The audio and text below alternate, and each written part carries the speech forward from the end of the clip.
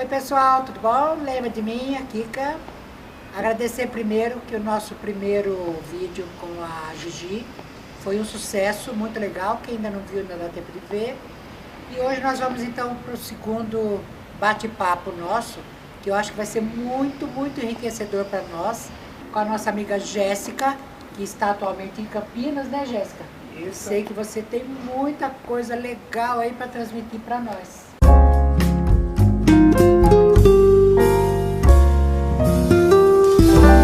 Eu sou travesti, bissexual, sou colunista do Esquerda Online, então quem quiser aí entrar no Facebook, entrar na página do Esquerda Online. Eu sou também estudante de matemática, atualmente fazendo doutorado, terminando o doutorado em matemática. Isso. Já vamos puxar aí um ganchozinho aí para nós. Como que você vê você como uma travesti, tendo uma faculdade, a situação do emprego formal para travesti, mesmo com faculdade ou não, do mundo que a gente vive hoje aí? Nessa questão eu sou exceção. A maioria das travestis, infelizmente, se encontra muitas vezes sem família, sem ter completado os estudos e acaba recorrendo à prostituição por ser a única forma de sobrevivência para a maioria delas.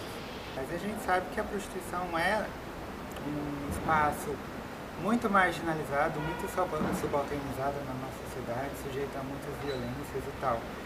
Então, eu entendo, né, como nesse sentido, tendo tido muitos benefícios e garantido muitos direitos que a maioria das travestis não tem, que é direito a ter uma educação, de ser sustentada, de tido aí pessoas que me apoiaram e me ajudaram na questão da transição, de assumir a minha identidade. Hoje minha família leva, né, a questão de eu ser trans relativamente bem. Já teve alguns conflitos no passado, mas hoje é muito mais tranquilo.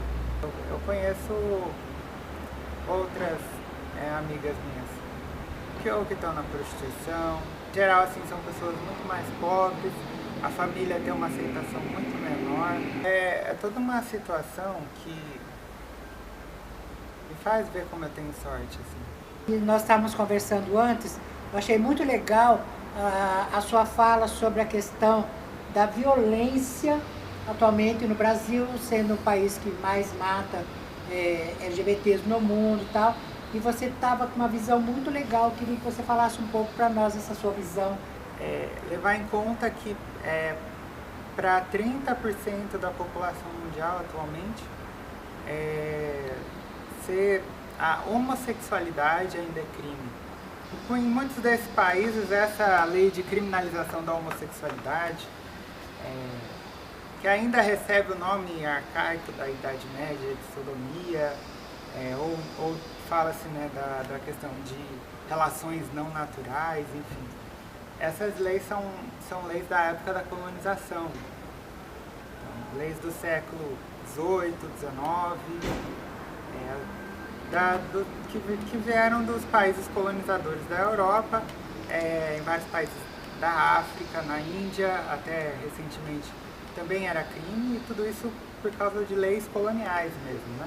Quando teve a revolta Stonewall, 50 anos atrás, vai fazer 50 anos nesse próximo dia 28, teve uma onda de lutas em muitos países, principalmente países que a gente considera desenvolvidos, né? Desenvolvidos no sentido capitalista mesmo, em que houveram essas lutas LGBTs, e foi esse evento, a Revolta Stonewall, que deu origem à Parada do Orgulho LGBT. E essas lutas na Parada do Orgulho LGBT levou a que muitos países descriminalizassem a homossexualidade. Só que nessa mesma época, na África ainda tinha guerras civis e tinha tentativas de libertação nacional, porque eram ainda colônias da Europa, massacres, torturas, são episódios horrendos assim, na história da humanidade, com torturas terríveis, que alguns historiadores consideram piores do que os métodos nazistas. E na América Latina a gente estava em uma ditadura, em várias ditaduras militares, então aqui também não se repercutiu essa questão da descriminalização. Em geral, né, com a derrubada das ditaduras militares já veio também junto uma descriminalização formal. Mas se por um lado deixou de ser formalmente crime ser LGBT, socialmente não deixou. Então a punição que antes era dos governos, quem leva adiante é a própria população. E a situação na América Latina, portanto, é uma situação de violência contra LGBTs. E quando se estuda os dados relativamente ao tamanho do país, porque o Brasil é grande. Então, quando você fala, o Brasil é o país que mais mata LGBTs no mundo, isso em parte é por causa do tamanho do Brasil, né? Proporcionalmente, por exemplo, você pega o número de assassinatos LGBT a cada 100 mil habitantes. Aí nesse critério, os primeiros lugares ficam todos para a América Latina, né? Como eu já disse, os países onde a homossexualidade é crime não tem dados, então é a América Latina ali que ganha 60%, 70% dos assassinatos documentados no mundo. Aí Brasil fica em terceiro, quarto lugar, competindo em lugar com o México. O Brasil é um país bastante violento, mas essa violência é típica da América Latina também. E aí, Jéssica, como que você vê, que perspectivas que você vê para nós LGBT, principalmente nós, travestis e trans, nesse cenário político que a gente está vivendo hoje aí, o caminho que está seguindo esse cenário político do que está vindo, ou por vir ainda aí, né? A gente tem um presidente que é reacionário, ele é contra a ciência, ele é contra todo tipo de lógica, raciocínio científico, né? Ele combate o pensamento crítico, a discussão nas escolas, e um dos principais alvos, né, nesse tipo de discussão são as discussões que a gente traz em relação ao tema LGBT, em relação ao tema de gênero. Até o Escola Sem Partido, embora fale de partido, muitas vezes ele é uma bandeira usada contra discursos que têm a ver com a defesa dos nossos direitos. É o assassinato daquele menino, Rafael Barbosa Mello, 14 anos, foi espancado pelo tio, andando, tipo assim, indo pra escola. Ele foi assassinado porque ele gostava de fazer roupa para boneca, etc. Então é uma violência que precisa ser combatida, mas para combater a gente tem que discutir. A gente não pode combater algo que as pessoas não sabem sequer que existe. Como que a gente chega para uma criança que está batendo num amiguinho, ou está maltratando o amiguinho, sem que a gente explique para essa criança por que isso é errado, por que esse amiguinho também é um ser humano, independente da forma como ele se comporta. É um cenário também de retirada de direitos, é um cenário de ataque direto à nossa própria existência.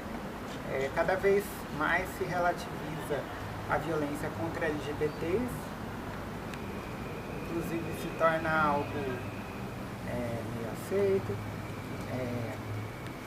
que não deve ser punido, e ao mesmo tempo, né, a gente fica sem armas para se defender, porque quando a gente precisa se defender, aí a gente que é vista como a criminosa. Quando eu me envolvi com o movimento, as pessoas mais próximas de mim, naturalmente, são pessoas mais críticas e entendem que, por exemplo, eu sou trans, mas eu sou branca. Tem pessoas negras aí que estão fazendo um debate e muitas vezes eu não domino. E eu preciso ser sensível para essas pessoas. Para esses gays antigos é a mesma coisa, né? No fim das contas, quando eles falam quando eles criticam a teoria queer, você percebe, como parte do próprio discurso deles, que eles não estão falando de teoria, eles estão falando do nosso modo de ser, da nossa existência.